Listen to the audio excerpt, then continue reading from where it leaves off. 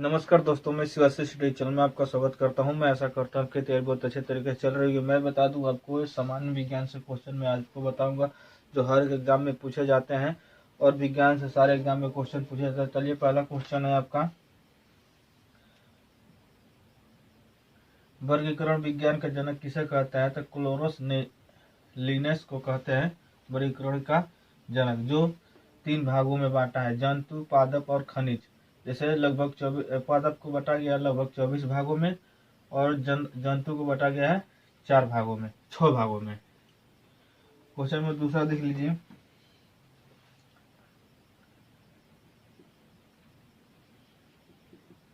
कौन सा Monera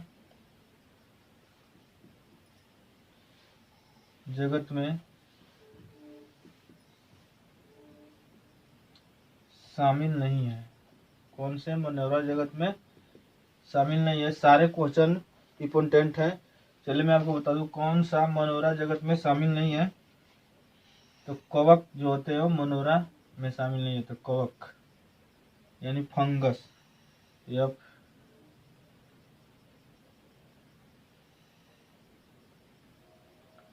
fungus जो होते हैं वो आपको मनोरा जगत में शामिल नहीं होते हैं। इसमें शामिल होते हैं जीवाणु, नीलहरित और शैवाल और माइटोप्लाज्मा, ये शामिल होते हैं। चलिए,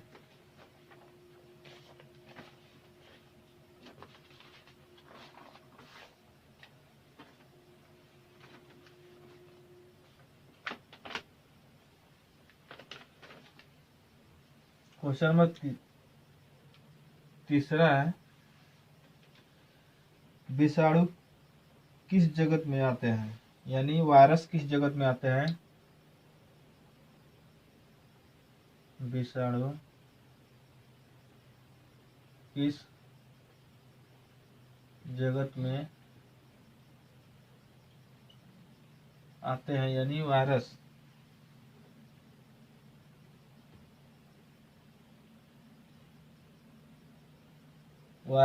किस जगत में आते हैं? तो अकोशिकाएं,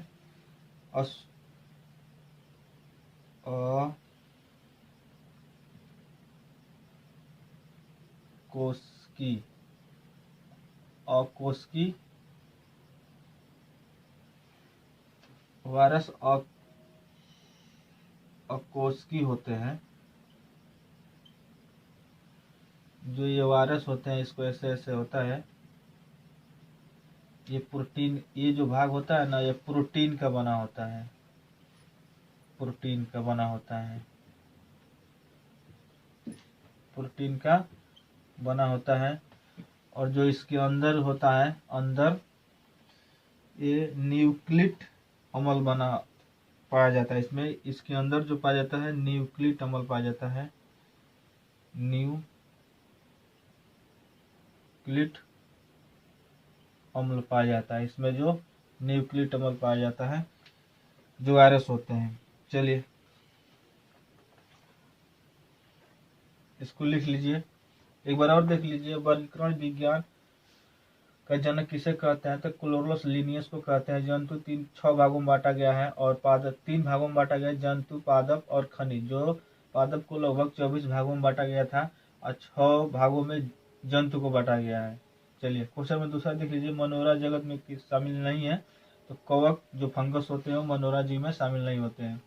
और विषाणु किस जगत में आते हैं? तो अकोशिकी जगत में आते हैं। जो इसका जो वायरस का भाग बना होता है, ये फुली प्रोटीन का बना होता है। और इसके वायरस के अंदर जो पाए जाते हैं वो न्यूक्लिक अम्ल पाए जाते हैं, जो अगर बाहर रहेंगे तो निर्जीव रहेंगे, और किसी जैसे शरीर में अंदर प्रवेश कर, किसी भी चीज में अगर प्रवेश कर जाएंगे जैसे शरीर में, तो सजीव हो जाएंगे। चलिए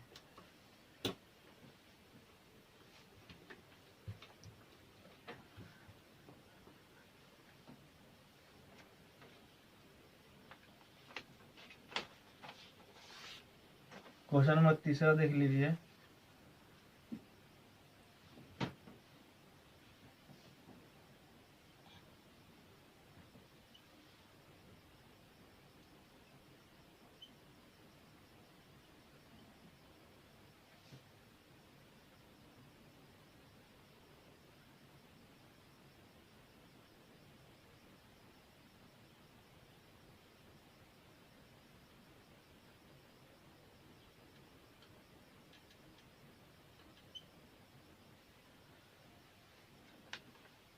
वर्ण में व्यक्ति का फर्क नहीं कर सकता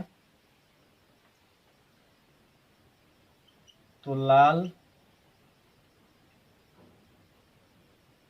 और हरे रंग का, ये जो दो रंग होते हैं व्यक्ति को देखने में काफी कठिनाई होती है, इसी को वर्णता, व्यक्ति को जो फर्क नहीं समझता है उसी को कहते हैं। क्वेश्चन नंबर 4 देख लीजिए। बच्चों में प्रोटीन की कमी से कौन सा रोग होता है? बच्चों में प्रोटीन की कमी से कौन सा रोग होता है? तो बच्चों में प्रोटीन की कमी से कौन सा रोग होता है? मार्मस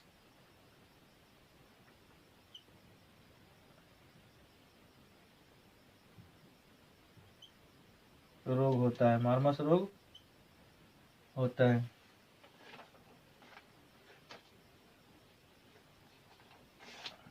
क्वेश्चन नंबर 5, बैक्टीरिया के विरुद्ध एंटीबायोटिक किस प्रकार कार्य करता है? बैक्टीरिया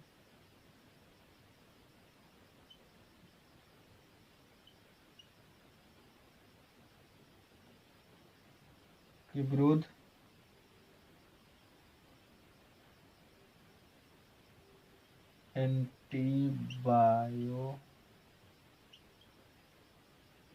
एंटीबायोटिक किस प्रकार कार्य करता है?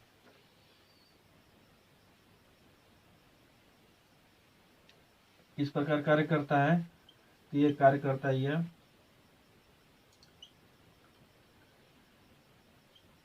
बैक्टीरिया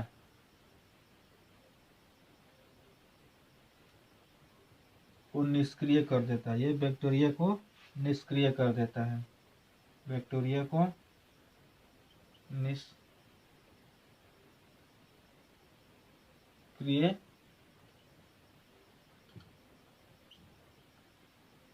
कर देता है, बैक्टीरिया को निष्क्रिय कर देता है। क्वेश्चन नंबर 6, किसके द्वारा जापानी एन्सेफेलाइटिस फैलता है? किसके द्वारा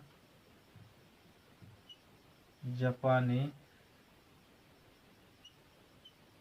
इंसेफेलाइटिस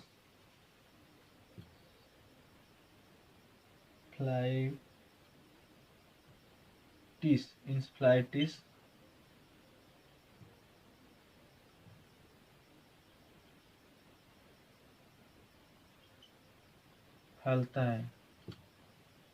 तो मच्छर के काटने से फैलता है, मच्छर से फैलता है, मच्छर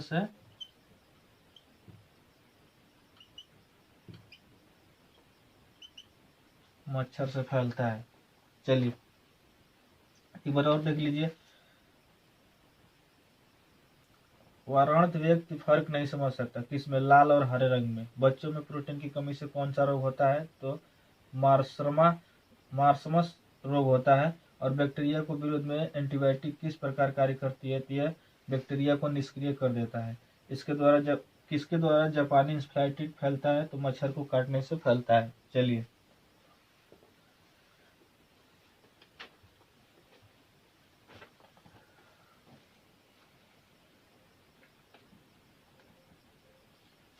निम्न में से कौन सी बीमारी पागल कुत्ते के काटने से होता है?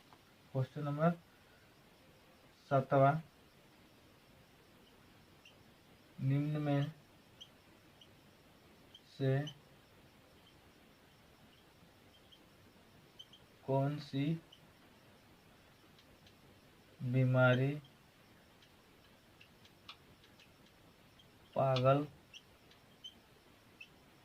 कुत्ते के काटने से फैलता है।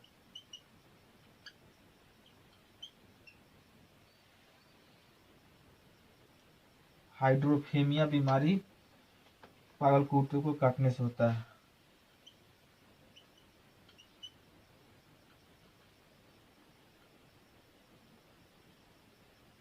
फीबिया, हाइड्रोफीबिया नामक बीमारी पागल कुत्तों के काटने से होता है।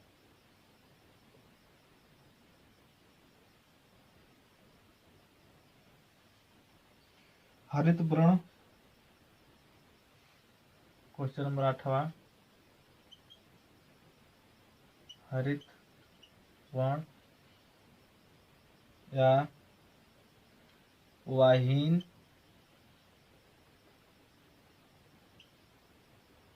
पौधे जैसे मशरूम, जैसे कि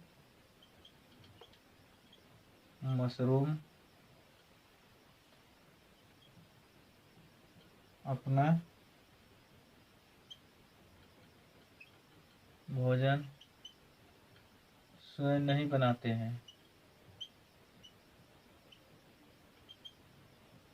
इसमें क्लोरोफिल की अभाव होता है। इनमें आंसर में इनमें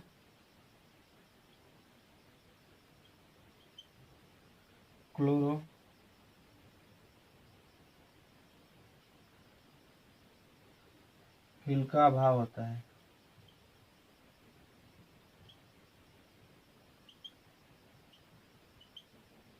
चलिए देखिए, लास्ट क्वेश्चन है। मैं आपको बता दूं कि मैं ऐसे ऐसे छोटे क्वेश्चन लेकर आता रहूंगा। मेरे चैनल को लाइक करें, सब्सक्राइब करें। जय हिंद।